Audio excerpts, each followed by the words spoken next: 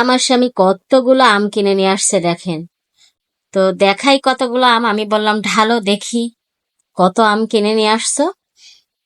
তো এইখানে 3 প্যাকেট আম দেখতে পাচ্ছেন। আর এই আমগুলো সাইজটা বেশ অনেক বড়। তো এক এক করে ঢালতেছে আর দেখাই কত আম কিনে নিয়ে আসছে। এখন আমগুলো দেখে আপনারা বলেন, যারা অরিজিনাল আম চাষ করেন বা যাদের আম গাছ আছে, যে এই আমগুলো কি আম? এগুলো কি অরিজিনালি রূপালী আম?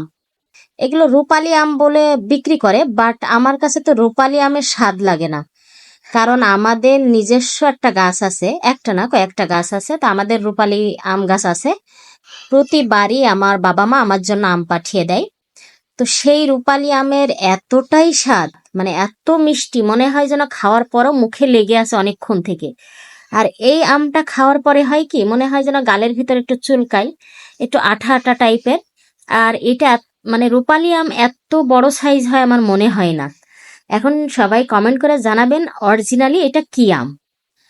তো আমাদের মানে ঢাকা শহরের মানুষের আসলে ব্যবসায়ীরা অনেক বোকা ভাবে, মানে বোকা পায় আর কি। এক কথায় মনে করে এরা খুবই বোকাশোকা মানুষ, যা দিয়ে যা বোঝাবো। তবে সত্যি কথা বলতে অনেকেই এটাই বুঝে, কারণ যাদের অনেকের আছে ঢাকাতেই জন্ম বা গ্রাম থেকে আসলেও বাচ্চা কাচ্চা ঢাকাতেই হয়, তারা বড় হয় ঢাকাতে, ওরা কিছু ওইভাবে চিনে উঠতে পারে না, বুঝে উঠতে পারে না যে কোনটা কোথায় হয় কিভাবে হয়।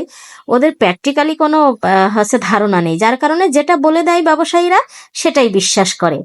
তো এখন আমি জানি না শিওর এটা রূপালী আম কিনা। তো প্লিজ কেউ জানলে আমাকে একটু কমেন্ট করে জানাবেন। তো সব আমগুলো ঢেলে নিয়েছে দেখেন, অনেক আম হয়েছে, মানে অনেক আম নিয়ে আসছে।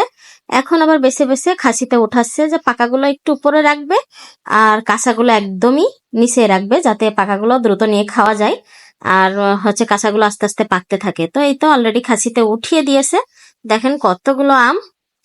তো আমার যে রিকোয়েস্টটা থাকবে, সবাই কমেন্ট করে জানাবেন এটা কি আম, এটা আমি একটু জানতে চাই।